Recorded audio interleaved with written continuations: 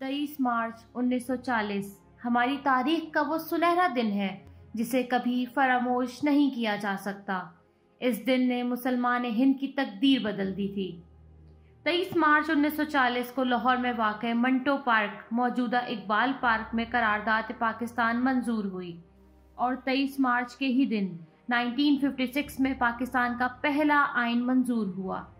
23 مارچ کی تاریخی اہمیت کو مد نظر رکھتے ہوئے ہر سال 23 مارچ کو یوم پاکستان منانے کا اعلان سرکاری طور پر کیا گیا۔ اس تاریخی دن کو منانے کے لیے پورے پاکستان میں سرکاری اور غیر سرکاری سطح پر تقریبات کا انعقاد کیا جاتا ہے۔ 23 مارچ 1940 کو قائد اعظم کی زیر صدارت منظور کی گئی قرارداد پاکستان نے تحریک پاکستان میں نئی روح پھونک دی تھی، جس سے برِ صغیر کے مسلمانوں میں ایک نیا جوش اور ولولہ پیدا ہوا۔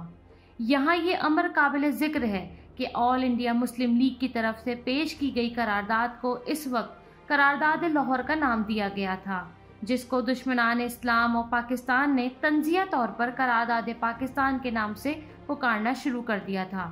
اسی دن سے قرارداد لاہور قرارداد پاکستان کے نام سے مشہور ہو گئی اور مسلمانوں نے اس نئے نام یعنی قرارداد پاکستان کو بخوشی قبول کر لیا۔ برِ صغیر میں فروری 1937 کے انتخابات اور اس کے بعد پیدا ہونے والی سیاسی صورتحال میں وقت گزرنے کے ساتھ ساتھ ہندو بنیوں نے برِ صغیر کے مسلمانوں کے گرد معاشی، سیاسی، سماجی اور معاشرتی گھیرا مزید تنگ کرنا شروع کر دیا تھا۔ ذات پات، اونچ نیچ اور فرقوں میں بٹے ہوئے ہندو بنیوں نے نہ صرف مسلمانوں پر زندگی تنگ کر دی تھی بلکہ دیگر اقلیتوں جن میں عیسائی وغیرہ بھی شامل تھے ان کا جینا بھی دوبر ہو گیا تھا۔ ایسے حالات میں مسلمانوں کو اپنی سماجی، ثقافتی، سیاسی، معاشرتی، مذہبی اور معاشی روایات کو پروان چڑھانے میں شدید مشکلات کا سامنا تھا اور یہ دو قومی نظریے کی انتہا تھی۔ مزید یہ کہ اقتدار کے نشے میں مست کانگریسی حکومت نے ہندو اکثریت کو رام کرنے کے لیے انتہا پسند فیصلے کیے۔ وندے ماترم جیسے مسلم مخالف ترانے کا انتخاب انہی میں سے ایک فیصلہ تھا کہ سبھاش چندر بوس، کانجی دوارکا داس اور خود رابندر ناتھ ٹیگور روکتے ہی رہ گئے۔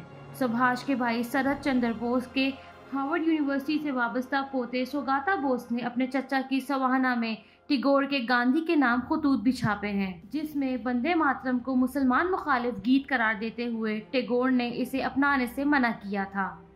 یہی نہیں بلکہ مشہور تاریخ دان کے عزیز نے تو کانگریسی وزارتوں کی قراردادوں اور فیصلوں پر مشتمل 2 جلدوں میں مستند کتاب بھی لکھی ہے، جو ایسے ہی ناعاقبت اندیش فیصلوں سے بھری پڑی ہے۔ تو یہ وہ سیاست تھی جو 23 مارچ 1940 کا جواز مہیا کرتی ہے۔ 23 مارچ 1940 کی قرارداد کی تیاری میں اس امر کو خاص طور پر توجہ کا مرکز بنایا گیا تھا کہ قرارداد میں کہیں بھی کوئی کمی یا خامی نہ رہ جائے جس کا فائدہ دشمن عناصر اٹھائے۔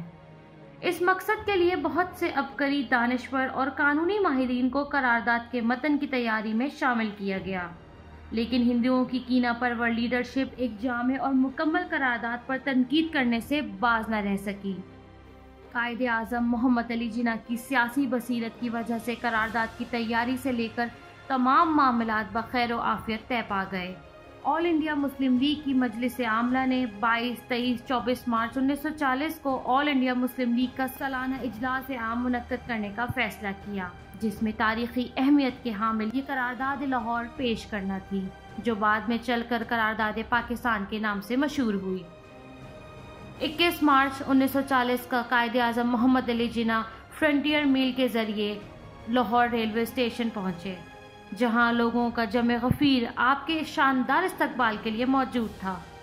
تاریخ بتاتی ہے کہ لاہور کے ریلوے اسٹیشن پر تل دھرنے کو جگہ نہ تھی، مسلمانوں کا جوش و خروش دیدنی تھا اور گرد و نواح کے تمام علاقے فلک شگاف نعروں سے گونج رہے تھے۔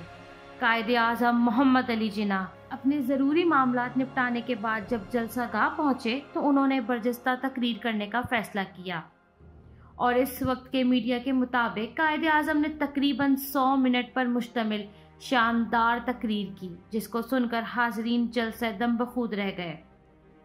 قائد اعظم نے ہندو اور مسلمانوں کے جداگانہ قومیتی وجود کو حقیقی فطرت قرار دیتے ہوئے فرمایا، ہندوؤں کو سمجھ میں کیوں نہیں آتا کہ اسلام اور ہندوازم مذہب کے عام مفہوم ہی نہیں بلکہ واقعی دو جداگانہ اور مختلف اجتماعی نظام ہیں، اور یہ محض خواب ہے کہ ہندو اور مسلمان کبھی ایک مشترکہ قوم بن سکیں گے۔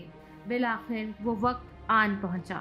وزیر اعظم بنگال مولوی اے کے فضل الحق نے تاریخی قرارداد پیش کرنے کے بعد اس کی حمایت میں تقریر بھی کی، جس میں انہوں نے بنگال اسمبلی میں اپنی ایک تقریر کا حوالہ بھی دیا اور یہ ثابت بھی کیا کہ فرزندان توحید کی آزادی کی صرف یہی ایک صورت ہے۔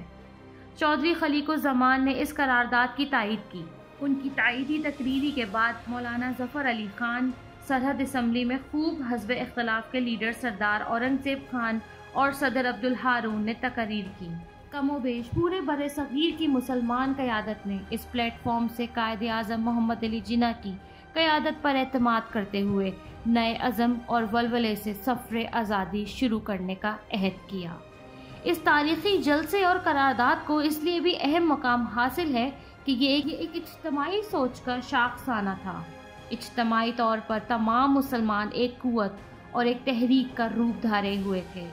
باہمی اختلافات اور ایک دوسرے پر کیچڑ اچھالنے کا کوئی سوچ بھی نہیں سکتا تھا۔ قرارداد کی پیشی اور منظوری کے بعد مسلمان ایک نئے عزم، حوصلے کے ساتھ ایک روشن صبح کی جانب اپنا سفر شروع کرنے جا رہے تھے، جس کی سربراہی تاریخ کے عظیم ترین لیڈر حضرت قائد اعظم محمد علی جناح کر رہے تھے۔ یہ قائد اعظم محمد علی جناح کی سیاسی بصیرت و حالات کو دیکھتے ہوئے بہترین حکمت عملی اور خدائے بزرگ و برتر کا فضل و کرم تھا، جس نے مسلمانوں کے لیے بر وقت ایک آزاد، خود مختار مملکت خودداد پاکستان قائم کرنے میں حقیقی کردار ادا کیا تھا۔ آج 74 سال گزرنے کے بعد ایک بار پھر ہمیں اپنے اندر 23 مارچ 1940 کا جذبہ بیدار کرنے کی ضرورت ہے اور تجدید عہد وفا کرتے ہوئے قرارداد پاکستان کے مقاصد کی تکمیل اور قائد اعظم محمد علی جناح اور دیگر قومی رہنماؤں کے خواب کو عملی جامہ پہنانے کے لیے ہمیں پھر سے ایک قوم بننا ہوگا۔ دو قومی نظریہ جو موجودہ حالات میں دم توڑتا دکھائی دے رہا ہے، اسے بچانا ہوگا۔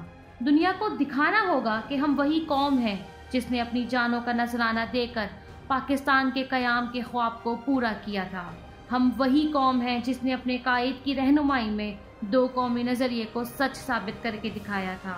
ہمیں قرارداد پاکستان کی روشنی میں مملکت خودداد پاکستان کی پروان چڑھانے کے لیے انفرادی اور اجتماعی طور پر ڈاکٹر محمد علامہ اقبال کا شاہین بننا ہوگا۔ باخبر باشعور پاکستان۔ راوا.pk کو لائک کریں، سبسکرائب کریں اور بیل آئیکن پر کلک کریں۔